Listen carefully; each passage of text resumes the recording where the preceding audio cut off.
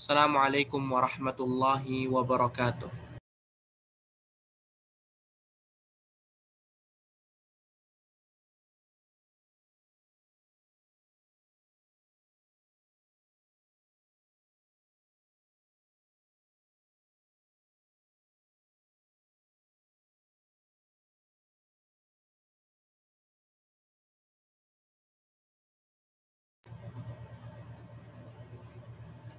Alhamdulillahi rabbil alamin. Wassalatu wassalamu ala ashrafil anbiya'i wal mursalin. Nabiyyina Muhammadin wa ala alihi wa ashabihi ajma'in, amma ba'd. Ikhwati fillah, azanallahu wa iyyakum. Alhamdulillah, segala puji hanya milik Allah subhanahu wa ta'ala yang telah memberikan kenikmatan dan karunia-Nya kepada kita. Dan alhamdulillah, dengan izin Allah memudahkan kita untuk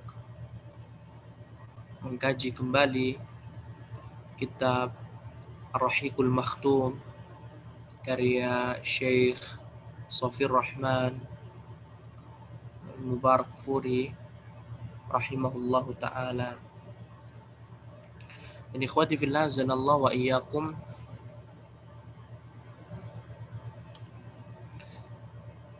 kita sampai di pembahasan usai dari pemboikotan orang-orang Quraisy kepada kaum muslimin atau tahun ke-10 kenabian. Selang beberapa bulan usai kaum muslimin keluar dari pemboikotan yang sangat zalim dan lalim,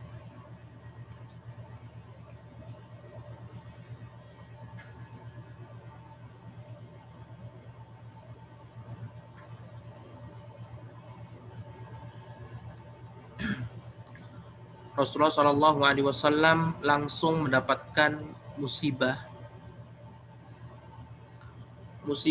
atas meninggalnya paman beliau SAW.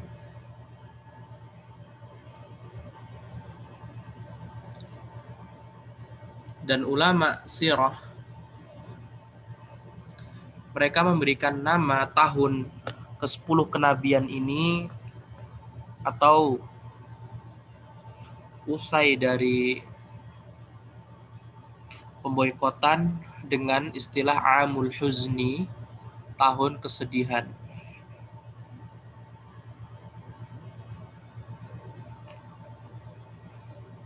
Walaupun Amul Huzni ini tidak sabit, tidak ada dalil atau riwayat yang menjelaskan bahwasanya tahun tersebut disebut tahun kesedihan, tapi sangat masyhur sekali di kalangan ulama sirah.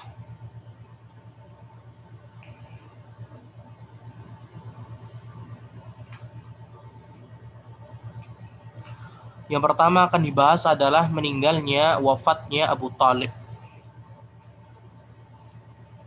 Sakit yang dialami oleh Abu Thalib semakin parah. Karena disebutkan sebelumnya Abu Thalib berumur 80 tahun dan Abu Thalib sudah tua renta, persendiannya juga sudah enggak kuat lagi atau rapuh. Sakit yang dialami oleh Abu Thalib semakin parah, maka tak lama setelah itu dia menemui ajalnya, seperti tepatnya pada bulan Rajab. Berarti 6 bulan kan, karena keluarnya Muharram, Safar, Rabiul Awwal, Rabiul Tsani, Jumadil Ula, Jumadil Tsaniyah, Rajab.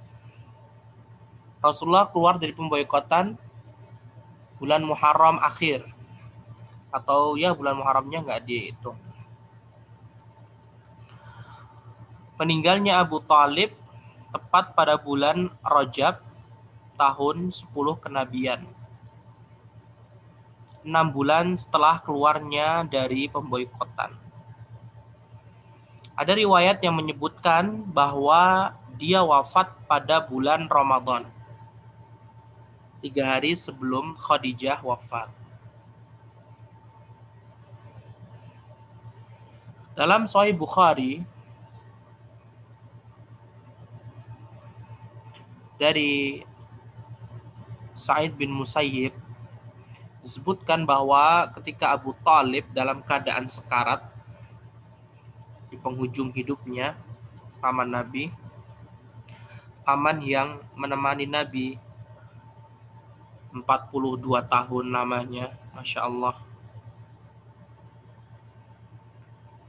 bahwa ketika Abu Thalib dalam keadaan sekarat, Nabi SAW mengunjunginya. Sementara di waktu yang sama, di sisi Abu Thalib sudah berada Abu Jahal.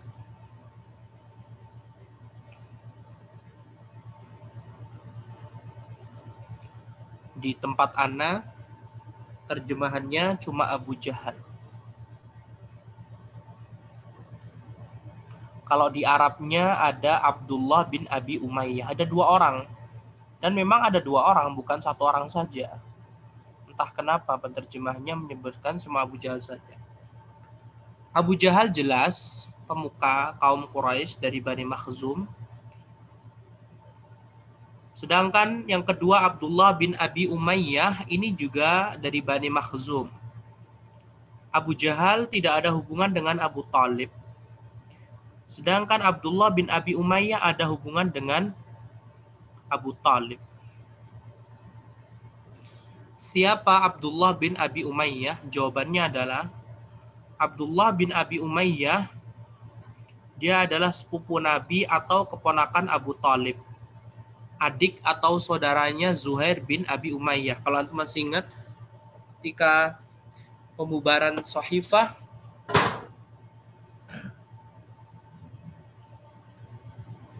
ada namanya Zuhair bin Abi Umayyah.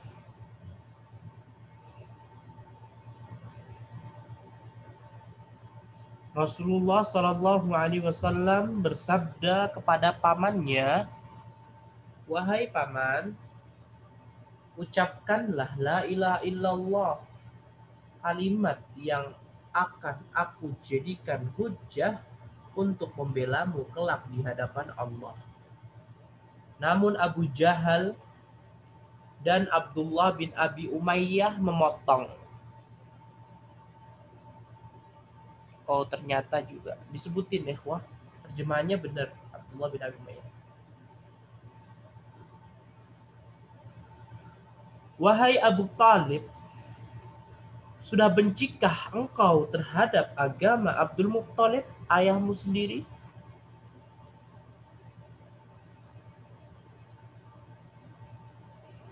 Keduanya terus mendesaknya demikian, hingga kalimat terakhir yang diucapkan kepada mereka adalah aku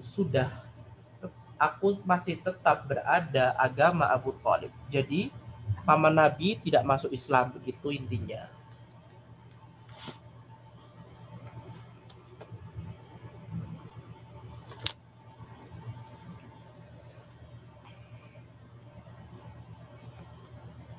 Keduanya terus mendesaknya. Nah, Nabi SAW berkata, sungguh aku akan memintakan ampunan untukmu, wahai paman, selama aku tidak dilarang oleh Allah.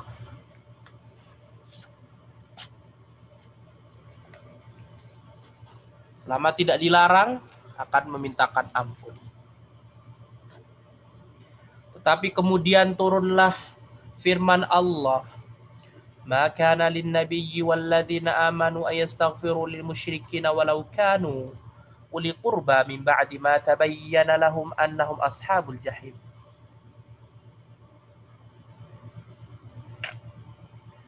Tidaklah sepatutnya bagi Nabi dan orang-orang yang beriman memintakan ampun kepada Allah bagi orang-orang musyrik,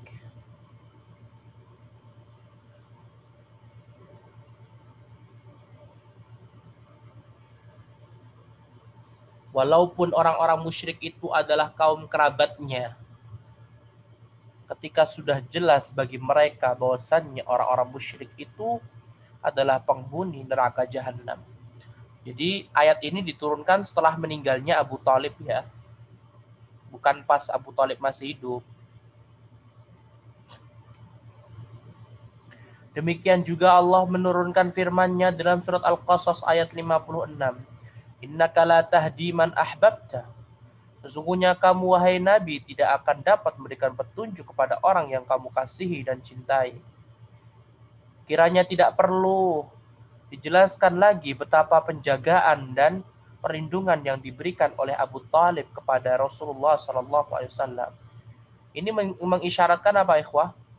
Kebaikan orang non-muslim itu akan sirna, sia-sia di hadapan Allah Subhanahu wa taala. Makanya kalau antum masih sayang kepada orang terdekat antum, ajak mereka masuk agama Islam. Kalau tidak apa? Kalau tidak masuk Islam, sirna nanti amalannya. Dia adalah benteng tempat dakwah Islamiyah berlindung dari serangan para pembesar dan begundal Quraisy. Akan tetapi sayang, dia tetap memilih agama nenek moyangnya sehingga sama sekali tidak membawanya meraih keberuntungan. Dalam Sahih Al-Bukhari dari Al-Abbas bin Abdul Muttalib, dia berkata kepada Nabi SAW.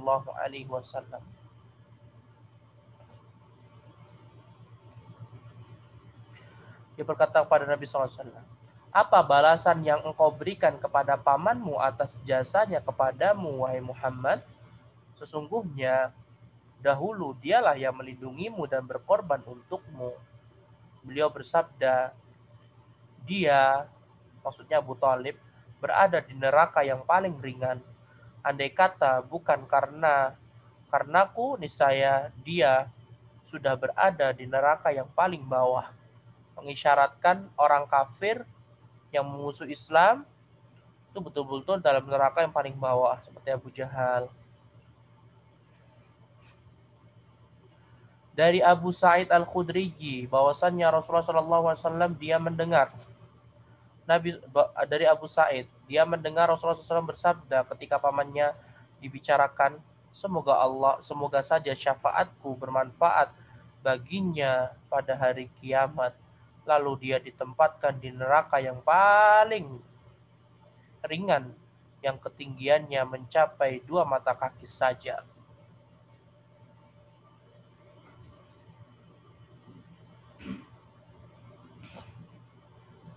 Khadijah berpulang ke rahmatullah. Setelah 2 bulan atau 3 bulan setelah wafatnya Abu Talib, Ummul Mukminin Khadijah Al-Kubra pun wafat. Tepatnya pada bulan Ramadan tahun 10 kenabian dalam usia 65 tahun. Sedangkan Rasulullah berusia 50 tahun.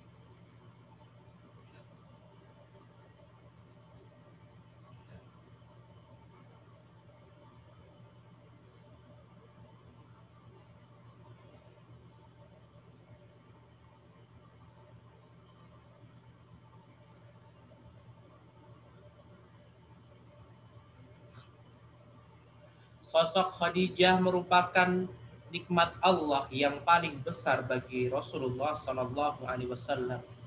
Selama 1/4 abad hidup bersamanya, berarti hidup berapa lama? Rasulullah kan 25, 50. Rasulullah umur 50.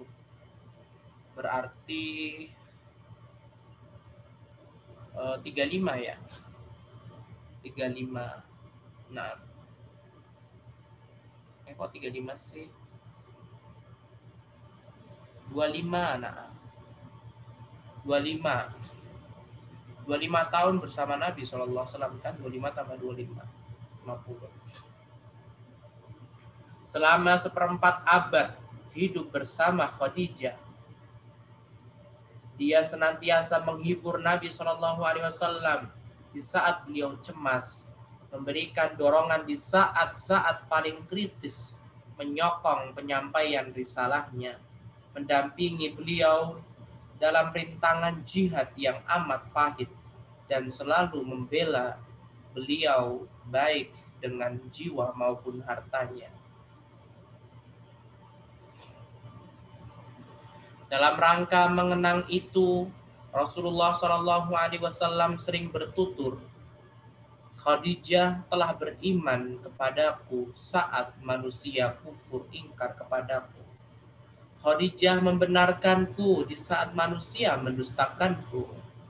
Khadijah berikan kepadaku hartanya di saat manusia tidak mau memberikannya kepadaku. Allah mengaruniaiku anak darinya, sementara Allah tidak mengaruniakannya dari istri yang lain.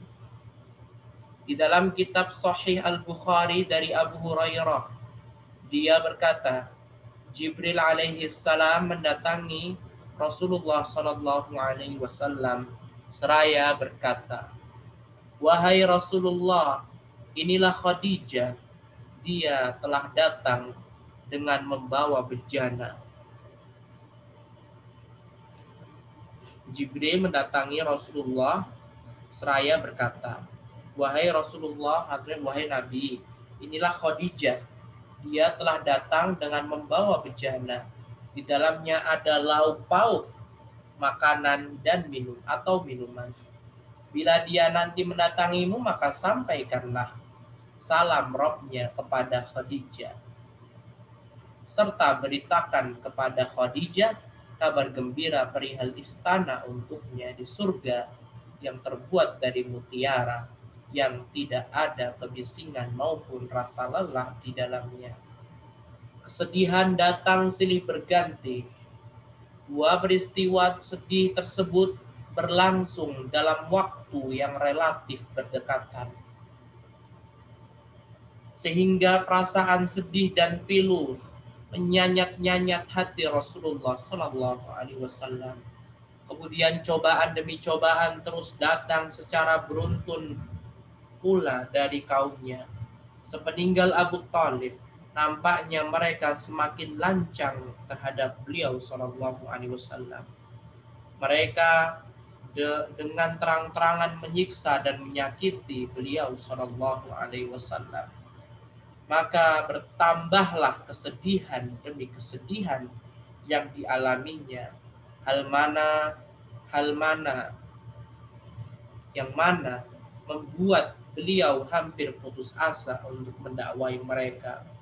Karenanya beliau pergi menuju kota Taif dengan harapan penduduknya mau menerima dakwah beliau, melindungi dan menolong beliau melawan perlakuan kaumnya. Namun beliau sama sekali tidak melihat ada seorang pun yang mau melindungi Nabi dan menolongnya. Bahkan sebaliknya, mereka menyiksa dan memperlakukannya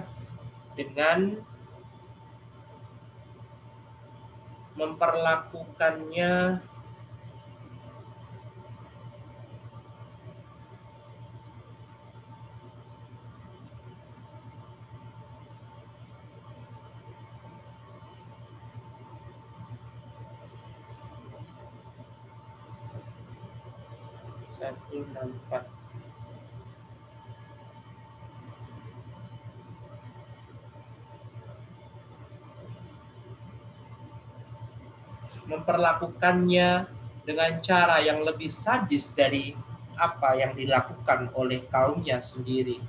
Siksaan yang begitu keras tidak saja dialami Nabi Muhammad SAW, tetapi para sahabatnya pun ikut mendapatkan jatah siksaan.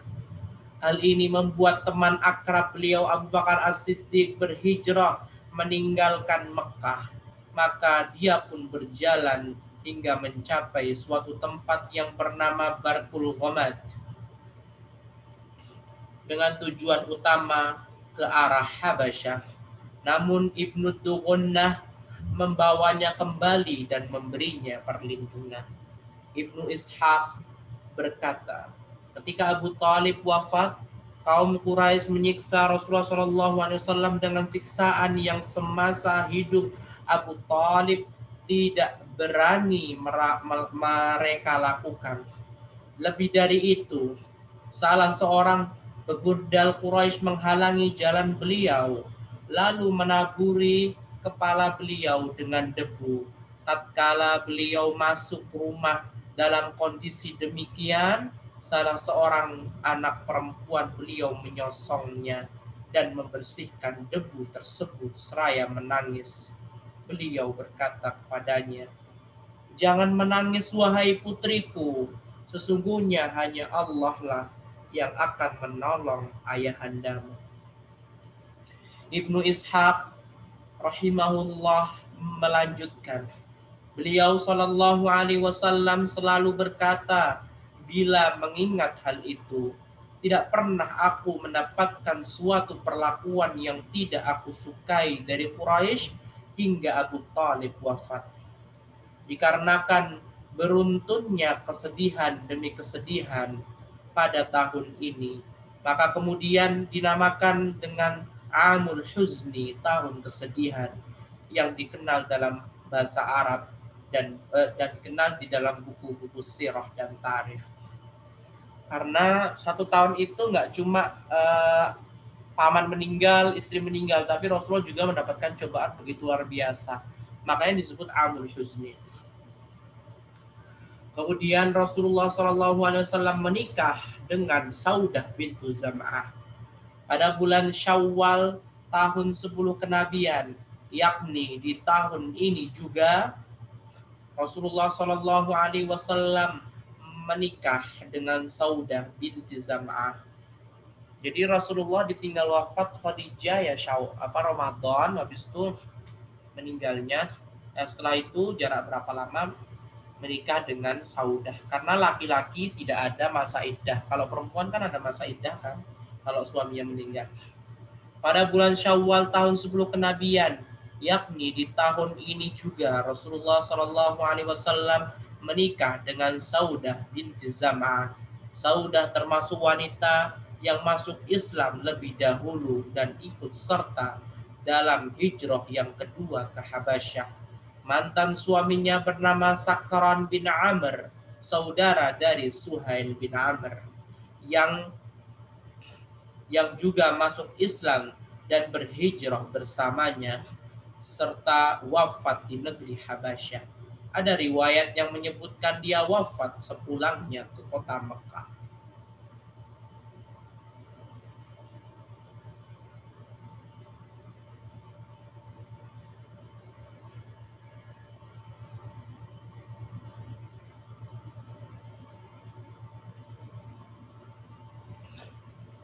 Ketika dia sudah melewati masa iddah, barulah Rasulullah SAW melamar dan menikahi Saudah bintu Zam'ah. Dia adalah wanita pertama yang dinikahi oleh Rasulullah SAW sepeninggal Khadijah radhiyallahu anha. Lalu setelah beberapa tahun berselang, ia menghadiahkan jatah gilirannya kepada Aisyah radhiyallahu anha. Faktor pendorong kesabaran dan ketegaran kaum muslimin. Seorang yang berhati lembut akan berdiri tercenung dan para cendekiawan akan saling bertanya di antara mereka, apa sebenarnya sebab-sebab dan faktor-faktor yang telah membawa kaum muslimin mencapai puncak dan batas tak tertandingi dalam ketegarannya. Bahwasan bagaimana mungkin mereka bisa bersabar menghadapi penindasan demi penindasan, siksaan demi siksaan yang membuat bulu roma merinding dan hati gemetar begitu mendengarnya. Melihat fenomena yang menggetarkan jiwa ini, kami menganggap perlunya menyinggung sebagian dari faktor-faktor dan sebab-sebab sebab-sebab tersebut secara ringkas dan singkat. Yang membuat kaum muslimin para sahabat tegar itu apa? Satu, keimanan kepada Allah. Sebab faktor yang paling utama adalah keimanan kepada Allah subhanahu wa ta'ala semata, dan mengenal Allah dengan sebenar-benarnya. Keimanan yang mantap bila telah menyelinap ke sanubari hati, dapat menjadi setimbang gunung dan tidak akan goyah lagi. Orang yang memiliki keimanan yang kokoh dan keyakinan yang mantap seperti ini akan memandang kesulitan duniawi sebesar, sebanyak dan serumit apapun jika dibandingkan dengan keimanannya ibarat lumut-lumut yang diapungkan oleh air bah yang berusaha menghancurkan bendungan kuat dan benteng yang kokoh. Maka dia tidak memperdulikan rintangan apapun lagi, karena dengan mengenyam manisnya imannya kepada Allah, segarnya ketaatan, serta cerianya keyakinan. Allah subhanahu wa ta'ala berfirman dalam surat Ar-Ra'd ayat ke-17.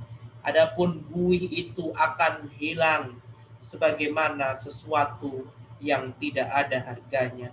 Adapun yang bermanfaat, yang memberi manfaat kepada manusia, maka ia tetap berada di muka bumi. Dari sebab utama ini kemudian berkembang dan beralih kepada sebab-sebab lain yang semuanya tidak lain menguatkan ketegaran dan kesabaran tersebut, seperti yang akan disebutkan selanjutnya. Yang kedua, faktor sahabat kok bisa bersabar atas siksaan cobaan orang Quraisy apa? Kepemimpinan yang diidolakan setiap hati. Rasulullah Shallallahu Alaihi Wasallam adalah sosok seorang pemimpin tertinggi umat Islam, bahkan seluruh manusia. Beliau memiliki keindahan fisik, jiwa yang sempurna, akhlak luhur, sifat-sifat yang terhormat, dan ciri fisik yang agung.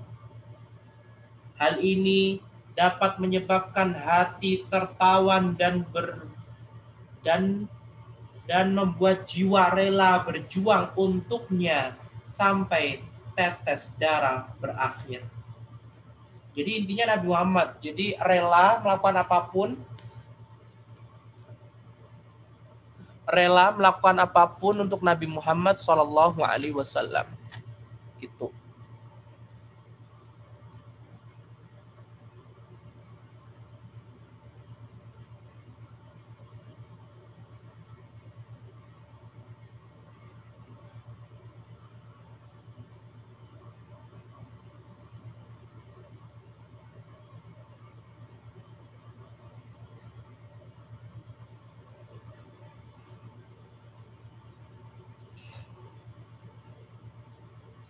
Kesempurnaan yang dianugerahkan kepada Nabi SAW tersebut tidak pernah dianugerahkan kepada siapapun. Beliau menempati posisi puncak dalam derajat sosial, keluhuran budi pekerti, kebaikan, dan keutamaan. Demikian pula dari sisi kesucian diri, amanah, kejujuran, dan semua jalan-jalan kebaikan. Tidak ada yang menandinginya. Jangankan oleh para pecinta dan sahabat karib beliau, musuh-musuhnya pun tidak meragukan lagi hal itu. Ungkapan yang pernah terlontarkan dari para mulut musuh beliau pastilah membuat mereka langsung meyakini kejujuran dan kebenarannya. Suatu hari, 3 orang tokoh Quraisy berkumpul. Masing-masing dari mereka ternyata sudah pernah mendengarkan Al-Quran secara sembunyi-sembunyi tanpa diketahui oleh 2 teman yang lainnya. Namun kemudian rahasia itu tersingkap. Salah seorang dari mereka bertanya kepada Abu Jahal yang merupakan salah seorang dari ketiga orang tersebut. Bagaimana pendapatmu mengenai apa yang engkau dengar dari Muhammad tersebut, wahai Abul Hakam Abu Jahal? Apa yang aku dengar? Tanya Abu Jahal. Memang kami telah berselisih dengan Bani Abdul Manaf dalam persoalan derajat sosial. Manakala mereka makan, kami pun makan. Mereka menanggung sesuatu, kami pun ikut menanggungnya. Mereka memberi, kami pun memberi. Hingga akhirnya kami sejajar di atas tunggangan yang sama. Setara derajatnya lah sama Abdul Manaf. Abdul Manaf itu kakeknya Nabi ya, ikhwah. Dan ibarat dua orang yang bertarung secara seimbang. Tiba-tiba mereka ada keturunan Abdul Manaf berkata, kami memiliki nabi yang membawa wahyu dari langit dari Allah. Kapan kami mengetahui hal ini? Demi Allah, kami tidak akan beriman sama sekali kepada Muhammad dan tidak akan membenarkan Muhammad. Jawab siapa tadi? Abu Jahal.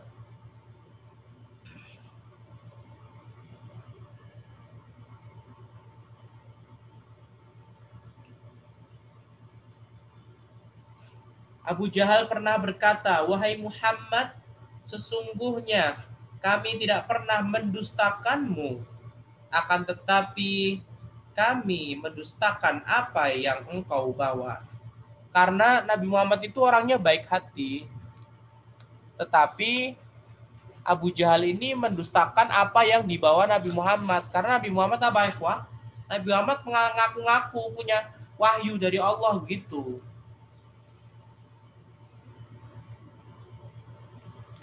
Maka Allah pun menurunkan firman-Nya, sesungguhnya mereka orang Quraisy bukan mendustakan dirimu wahai Nabi, tetapi orang-orang zalim itu mengingkari ayat-ayat Allah. Al-An'am ayat 33. Suatu ketika kaum kafir mempermainkan beliau dengan saling menggelirkan mata di antara mereka. Mereka melakukan itu hingga 3 kali. Pada kali ketiga barulah beliau menanggapi, wahai orang Quraisy, kata Rasul, sungguh aku datang membawakan sembelihan untuk kalian. Ucapan beliau ini berhasil mengalihkan konsentrasi mereka, bahkan orang yang paling kasar di antara mereka. Tempat memberikan ucapan selamat kepada beliau dengan sebaik-baik ucapan yang pernah beliau dapatkan. Ketika mereka melemparkan kotoran unta ke arah kepala beliau sallallahu alaihi wasallam, ya, jadi di kepala beliau kotoran unta, sedang beliau sedang sujud. Beliau mendoakan kebinasaan atas mereka. Tawa dan tawa yang tadinya menyeringai di bibir mereka berubah menjadi kegundahan dan kecemasan karena mereka yakin pasti akan benar-benar binasa. Beliau mendoakan kebinasaan kepada Utbah bin Abi Lahab. Benar nggak nih Utbah nih? Yang benar tuh Utaibah. Kita cek kok bisa-bisanya Utbah begitu, gimana itu? Terjemahnya Utbah.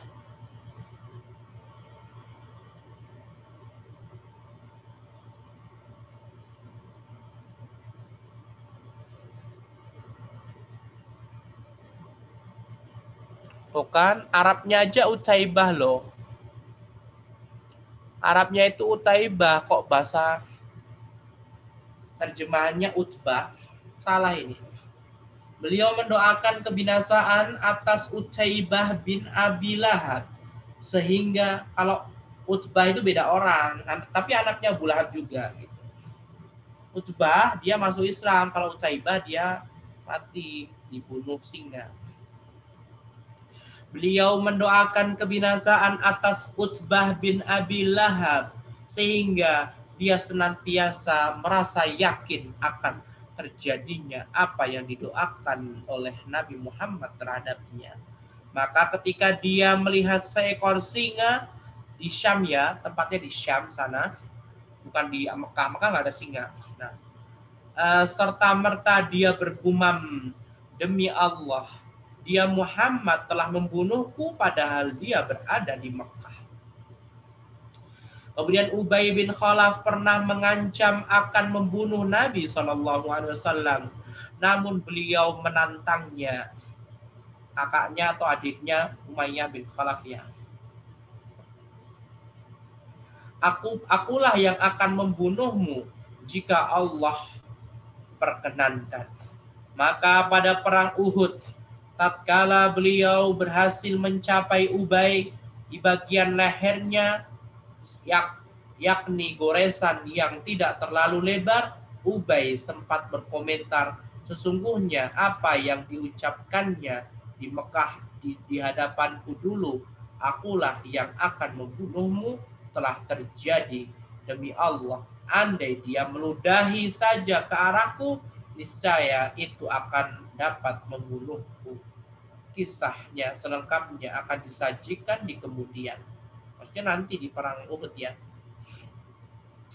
Kemudian Sa'ad bin Mu'adz pernah berkata, orang Ansor, nah, pemuka kaum Aus, pernah berkata saat berada di Mekah kepada Umayyah bin Khalaf, sungguh aku telah mendengar Rasulullah Shallallahu Alaihi Wasallam 167.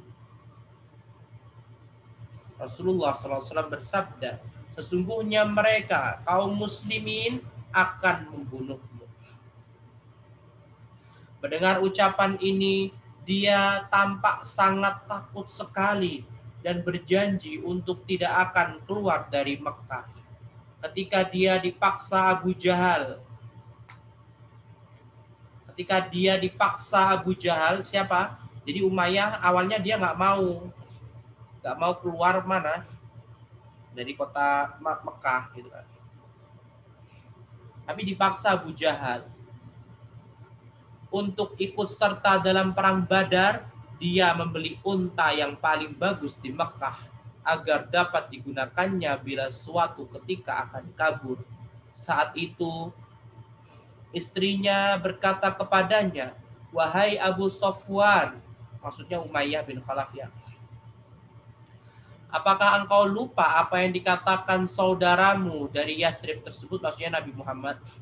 Dia menjawab, demi Allah, bukan demikian, tetapi aku tidak akan mau berhadapan langsung dengan mereka kecuali memang jaraknya benar-benar sudah dekat. Jadi dia akan menghindari Nabi Muhammad begitu. Demikianlah kondisi musuh-musuh Rasulullah SAW. Adapun kondisi para sahabat dan rekan-rekan beliau lain lagi. Kedudukan beliau di sisi mereka ibarat ruh dan jiwa, dan semua urusan beliau menempati hati dan mata mereka. Cinta yang tulus para sahabat terhadap diri beliau sallallahu alaihi wasallam mengalir bak aliran air di dataran rendah. Keterpikatan hati mereka terhadap beliau laksana daya tarik magnet terhadap besi untaian sebuah bait syair disebutkan. Sosoknya ibarat bahan baku bagi setiap tubuh dan magnet yang menarik hati setiap manusia. Oleh karena itu, sebagai implikasi dari rasa cinta dan siap mati ini, mereka menjadi tidak gentar sekalipun taruhannya leher harus terpenggal, asalkan kuku beliau tidak terkelupas atau kaki beliau tidak tertusuk duri. Suatu hari ketika di Mekah, Abu Bakar bin Abi Quhafah pernah diinjak dan dipukuli dengan keras. Kemudian datanglah Utbah bin Rabi'ah mendekatinya lalu memukulnya dengan kedua terompahnya yang tebal dan melayangkannya ke arah wajah Abu Bakar. lalu melompat hingga jatuh tepat di atas perutnya sehingga membuat Abu Bakar wajahnya penuh dengan luka. Setelah itu Abu Bakar dibawa oleh suku Bani Taim dengan membungkusnya terlebih dahulu dengan kain, kemudian dimasukkan ke rumahnya agar darahnya tidak kemana-mana. Mereka sama sekali tidak menyaksikan lagi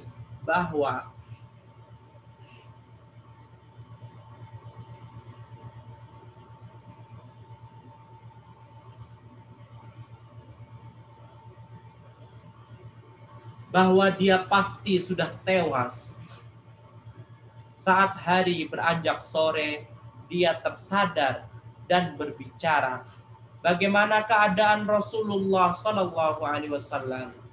Lihat ikhwah, Abu Bakar rela dirinya disiksa untuk melindungi Nabi Shallallahu Alaihi Wasallam, cinta kepada Nabi. Mereka mencibirnya dengan lisan mereka, maksudnya mereka ini ya keluarganya Abu Bakar yang belum masuk Islam, dan mengumpatinya, lalu berdiri dan berkata kepada ibunya Ummul Khair, terserah apa yang akan engkau lakukan, memberinya makan atau minum. Ketika sang ibu hanya tinggal berdua saja dengan anaknya, dia membujuknya agar mau makan atau minum. Ayo nak makan, ayo nak minum. Tetapi justru Abu Bakar As-Siddiq malah berkata lagi, bagaimana keadaan Rasulullah wahai ibunda? Ibunya menjawab, demi Allah, aku tidak tahu sama sekali tentang sahabatmu itu nak. Dia berkata, kalau begitu pergilah menjumpai Ummul Jamil binti Al-Khattab, lalu tanyakan kepadanya. Sang ibu pergi menemui Ummu Jamil, lantas bertanya, sesungguhnya Abu Bakar bertanya kepadamu tentang Muhammad bin Abdullah.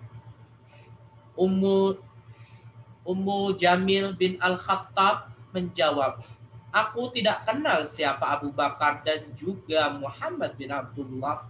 Namun jika engkau ingin aku menyertaimu menemui anakmu, aku bersedia melakukannya. Dia menjawab, baiklah. Akhirnya keduanya berlalu hingga mendapati Abu Bakar dalam keadaan terkapar tak berdaya. Ummu Jamil mendekatinya seraya berteriak keras, demi Allah. Perempuan ya, histeris.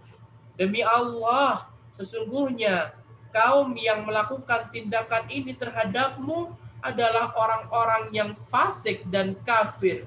Sungguh aku berharap semoga Allah membalaskan untukmu terhadap mereka. Abu Bakar malah berkata lagi, bagaimana keadaan Rasulullah SAW? Ummu Jamil berkata, ini ibumu ikut mendengarkan. Gimana ini? Ini ibumu loh, ada. Dia belum masuk Islam, begitu kan. Dia berkata, engkau tidak usah khawatir terhadap ibuku. Dia menjawab, beliau Shallallahu Alaihi Wasallam dalam kondisi sehat dan bugar. Dia berkata lagi, di mana beliau sekarang? Kata Ummu Jamil, ada di rumah Ibnul Arqam. Ibnu Jamil itu dia nggak tahu, nggak mau orang lain tahu kalau dia masuk Islam gitu. Dia berkata lagi, aku bersumpah kepada Allah untuk tidak mencicipi makanan dan meneguk minuman hingga aku mendatangi Rasulullah Shallallahu Alaihi Wasallam. Bawa aku ke rumah Rasul. Ya, Abu Bakar minta seperti itu.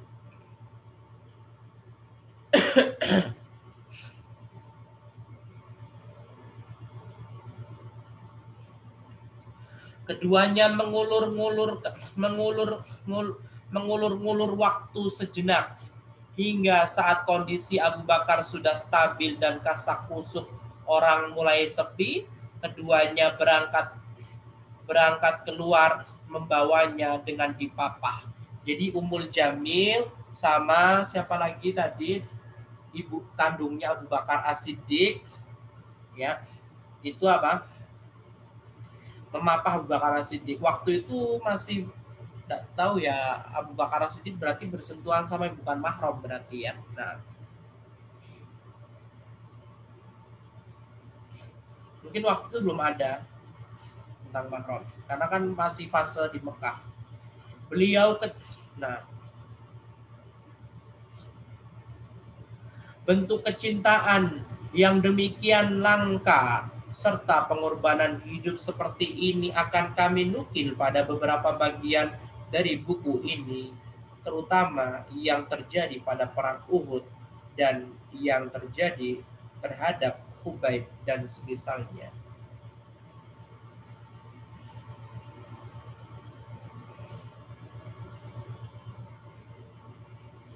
Yang menjadikan kaum muslimin kuat disiksa adalah yang ketiga, rasa tanggung jawab. Para sahabat menyadari secara penuh akan besarnya tanggung jawab yang dipikulkan ke pundak umat manusia. Tanggung jawab ini tidak dapat dielakkan dan diselewengkan betapapun kondisinya, sebab keteledoran dan lari darinya memiliki implikasi yang sangat besar dan berbahaya melebihi penindasan yang dirasakan oleh mereka.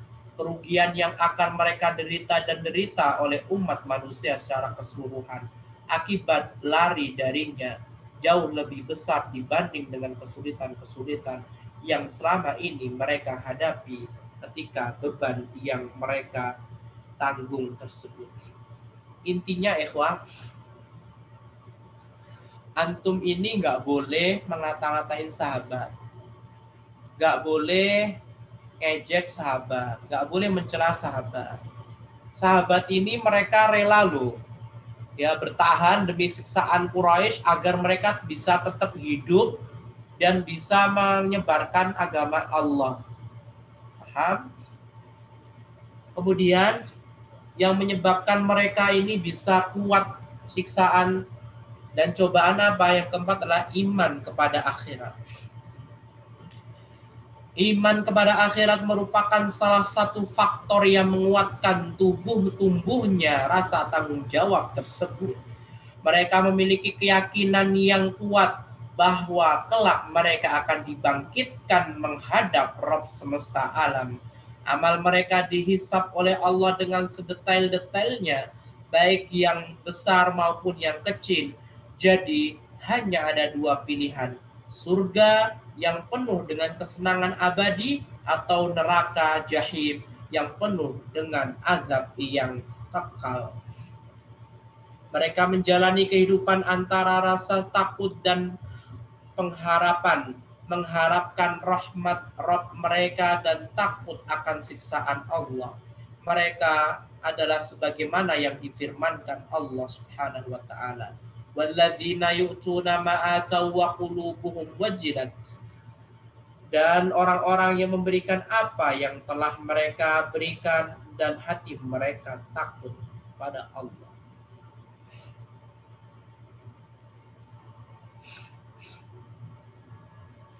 Mereka mengetahui bahwa dunia dengan kesengsaraan dan kesenangan yang ada di dalamnya tidak memiliki nilai sedikit pun dibandingkan dengan kehidupan di akhirat. Kehidupan sekalipun hanya sebesar sayap nyamuk. Seberat ya sayap nyamuk. Pengetahuan mereka yang demikian tertanam mengenai hal inilah yang membuat ringan kepayahan, kesulitan, kepahitan, dan siksaan yang mereka hadapi oleh orang-orang Quraisy di dunia ini. Bahkan mereka tidak pernah memperdulikan atau merasa sedih karenanya, bahkan terbetik di hati mereka sedih pun tidak. Jadi mereka nggak sedih sama sekali tentang dunia. Faktor yang membuat para sahabat kuat nomor 5 adalah Al-Quran. Pada rentang waktu yang amat kritis dan sulit ini, turunlah surat-surat dan ayat-ayat Allah guna memberikan hujah dan argumen atas kebenaran risalah Islam dan prinsip-prinsipnya yang merupakan poros dakwah. Al-Quran tampil dengan gaya bahasa yang kuat dan indah, mengerahkan kaum muslimin kepada pondasi-pondasi yang kelak akan kelak atas ketentuan Allah akan terbentuk di atasnya komunitas manusia yang paling agung dan mempesona di muka bumi ini, yaitu masyarakat Islam. Surat-surat dan ayat-ayat tersebut juga amat membangkitkan sensitivitas dan motivasi kaum muslimin untuk lebih bersabar dan pantang menyerah, menguraikan sikap tersebut dengan bahasa permisalan dan menjelaskan kepada mereka hikmah di balik itu. Allah Subhanahu wa taala berfirman, "Am hasibtum an tadkhulul jannata wa lamma ya'tikum mathalul ladzina khalau min qablikum massathumul ba'sa wa dharra wa zulzilu hatta yaqula ar-rasulu wal ladzina amanu ma'ahu mata nasrullah ala inna nasrallahi qarib." Apakah kamu mengira bahwa kamu akan masuk surga padahal belum datang kepadamu cobaan sebagaimana halnya orang-orang terdahulu sebelum kamu? Mereka ditimpa malapetaka dan kesengsaraan serta diguncangkan dengan bermacam-macam cobaan, sehingga berkatalah Rasul dan orang-orang yang beriman bersamanya, bilakah datangnya pertolongan Allah? Ingatlah sesungguhnya pertolongan Allah itu amat dekat.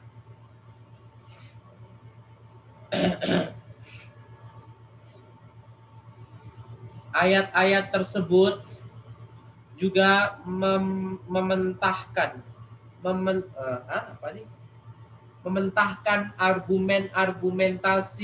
argumentasi kaum kafir dan para pembangkang dengan batasan yang membuat mereka mati kutu, sehingga tidak memiliki trik lain untuk mengelak. Ayat-ayat tersebut sekali waktu juga memperingatkan mereka agar mereka yang akan akibat fatal karena mereka bersikeras dalam pembangkangan dan kesesatan dengan pemaparan yang jelas dan lugas, serta menyebutkan contoh azab Allah yang ditimpakan kepada umat-umat terdahulu dan peristiwa historis yang menunjukkan adanya sunnatullah terhadap para wali dan musuhnya. Sekali waktu pula menyapa mereka secara ramah, berupaya membuat mereka mengerti. Al-Quran juga membimbing kaum muslimin menuju alam lain, memperlihatkan kepada mereka hal yang membuat hati mereka bergetar, pemandangan alam semesta, keindahan rububiyah, kesempurnaan uluhiyah, jejak rahmat dan kasih sayang, serta keridhaan Allah. Di balik lipatan ayat-ayat tersebut, terdapat pesan-pesan untuk kaum muslimin. Di sana Rabb mereka memberitakan kabar gembira buat mereka berupa rahmat dan keridhaannya, serta surga yang telah disiapkan buat mereka. Di dalamnya mereka mendapatkan kenikmatan abadi. Ayat-ayat tersebut juga memberikan gambaran kepada mereka tentang bagaimana musuh-musuh mereka, kaum kafir dan para taghut yang zalim dihakimi dan ditangkap. Lalu wajah mereka dijerembabkan dan diseret ke dalam api neraka sehingga mereka merasakan betapa pedihnya neraka Saqar.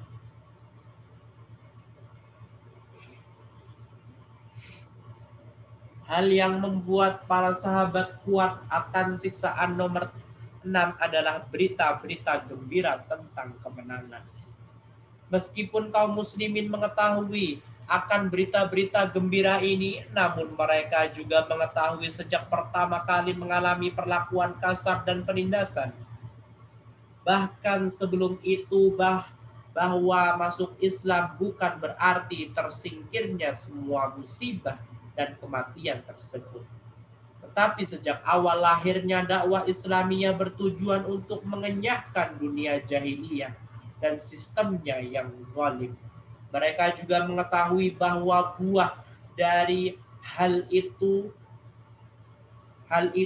di dunia ini adalah terbentangnya kekuasaan di atas muka bumi dan penguasaan terhadap kondisi politis di seluruh alam yang ada, yang dapat mengirim umat Islam, umat manusia dan komunitas manusia secara keseluruhan di atas keridhaan Allah dan membebaskan mereka dari penyembahan terhadap para hamba makhluk menuju kepada penyembahan terhadap Allah semata.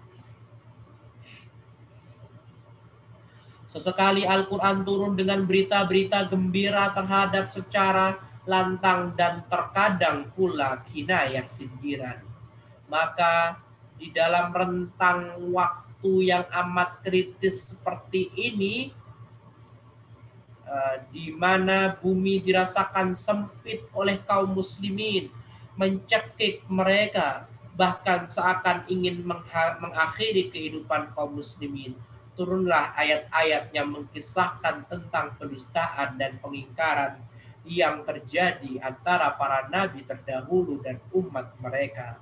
Ayat-ayat tersebut berisi hal yang menyinggung kondisi-kondisi yang sama persis dengan kondisi kaum muslimin di Mekah dan orang-orang kafir di Mekah. Ayat-ayat tersebut kemudian menyinggung peralihan kondisi, yaitu kebinasaan kaum kafir dan orang-orang zalim dan kesuksesan hamba-hamba Allah di dalam mewarisi kekuasaan di muka bumi dan seluruh negeri. Di dalam kisah-kisah ini terdapat isyarat yang jelas akan kegagalan penduduk Mekah nantinya, serta kesuksesan kaum muslimin dan dakwah Islamiyah yang mereka bawa. Di dalam tenggang waktu tersebut turunlah beberapa ayat yang secara tegas memberitakan kabar gembira perihal kemenangan kaum muslimin, sebagaimana dalam firman Allah berikut ini. Dan sesungguhnya telah tetap janji kami kepada hamba-hamba kami yang menjadi rasul, yaitu sesungguhnya mereka itulah yang pasti mendapat pertolongan, dan sesungguhnya tentara kami itulah yang pasti menang.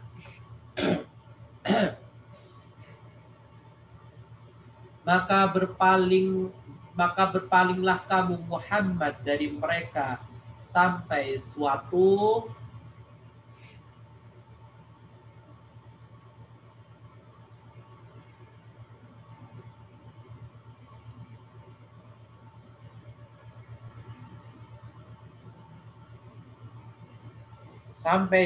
ketika, dan lihatlah. Ini beliau menyebutkan ayat banyak sekali.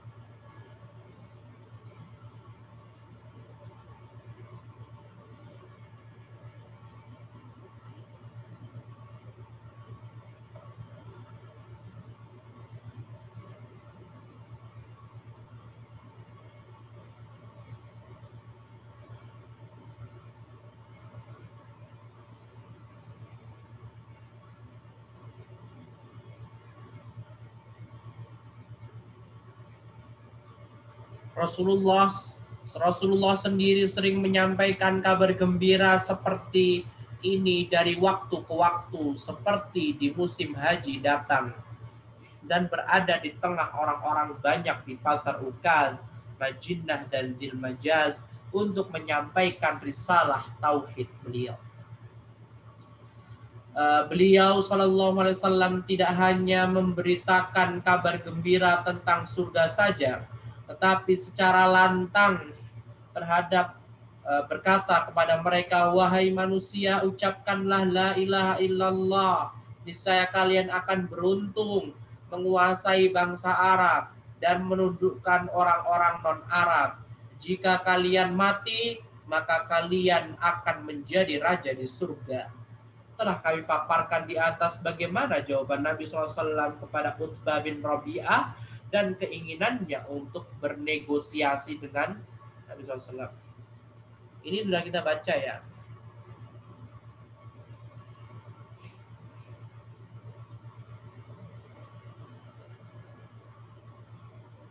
Khabbab bin Al-Arat berkata, aku menemui Nabi SAW saat beliau berbaring di atas kain burdahnya dengan berteduh di bawah naungan Ka'bah. Saat itu kami telah mengalami penyiksaan berat dari kaum musyrikin. Lantas aku, Khabbab tadi ya, berkata, tidakkah engkau berdoa kepada Allah, wahai Rasul, agar Allah menolong para sahabat? Mendengar ucapan ini, beliau langsung duduk sedangkan raut mukanya tampak memerah seraya berkata, sungguh orang-orang sebelum kalian pernah diseret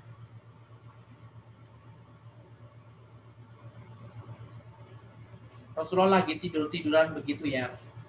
Kemudian Khabbab bin Arat minta, kenapa Anda tidak berdoa begitu wahai Rasul? Makanya Rasulullah langsung memerah. Sungguh orang-orang sebelum kalian pernah diseret dengan seretan besi panas yang menusuk daging hingga mengenai tulang belulang dan urat tubuh mereka. Akan tetapi hal itu semua tidak membuat mereka bergeming sedikit pun dari agama mereka. Sungguh Allah akan menyempurnakan urusan agama ini hingga seorang penunggang kuda dari Son'a ke Hadramaut merasa aman, tidak ada yang ditakutkan selain Allah Subhanahu wa taala. Riwayat hadis ini menambahkan setelah itu, dan tidak juga dia khawatirkan kambingnya diterkam serigala. Dan versi yang lain, akan tetapi kalian terlalu terburu-buru, yakni ingin cepat memetik hasil tanpa melalui cobaan terlebih dahulu. Kabar-kabar gembira tersebut tidak ditutup-tutupi dan terselubung, akan tetapi tersebar secara terbuka dan diketahui umum, baik oleh orang-orang kafir maupun kaum muslimin. Indikasinya, Al-Aswad bin Al-Muttalib dan rekan-rekan mengobrolnya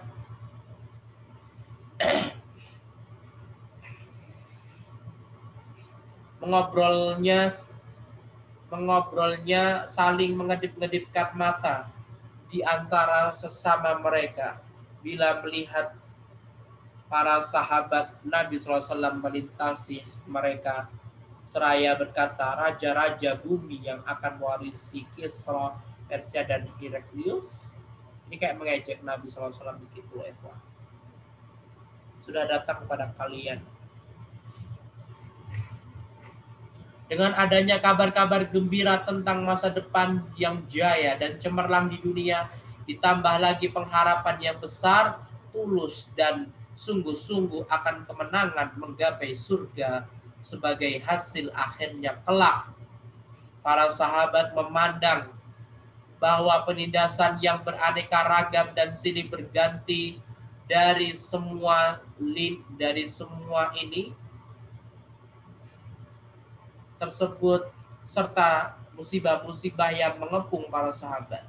Demikianlah Rasulullah SAW senantiasa menyuguhkan santapan rohani kepada para sahabat dengan rangsangan keimanan, mensucikan jiwa mereka dengan mengajarkan hadis dan Al-Quran, mendidik para sahabat dengan pendidikan yang mendalam, mendorong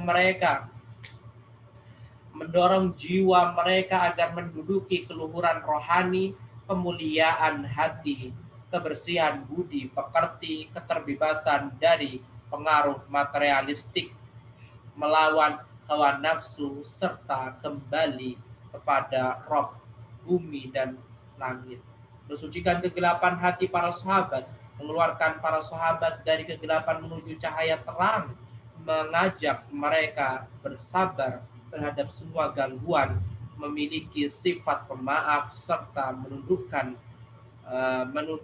jiwa. Dengan gemblang semacam ini mereka menjadi bertambah kokoh di dalam berpegang pada agama, menjauhkan diri dari hawa nafsu. Siap mengorbankan jiwa di jalan yang diridhoi Allah, merindukan surga, selalu antusias menuntut ilmu dan memahami agama, mengintrospeksi jiwa dan menundukkan sentimen-sentimen yang tumbuh, mengalahkan perasaan-perasaan dan gejolak-gejolak jiwa, serta selalu mengikat diri dari kesabaran dengan kesabaran, kedamaian, dan ketenangan. Dan selesai.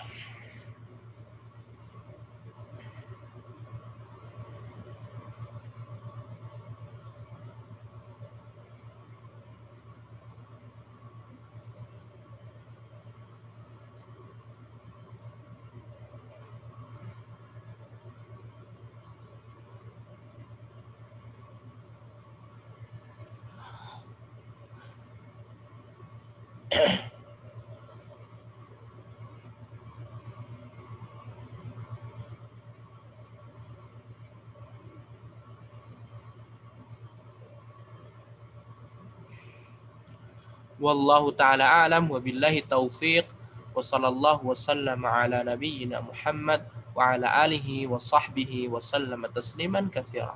Assalamualaikum warahmatullahi wabarakatuh.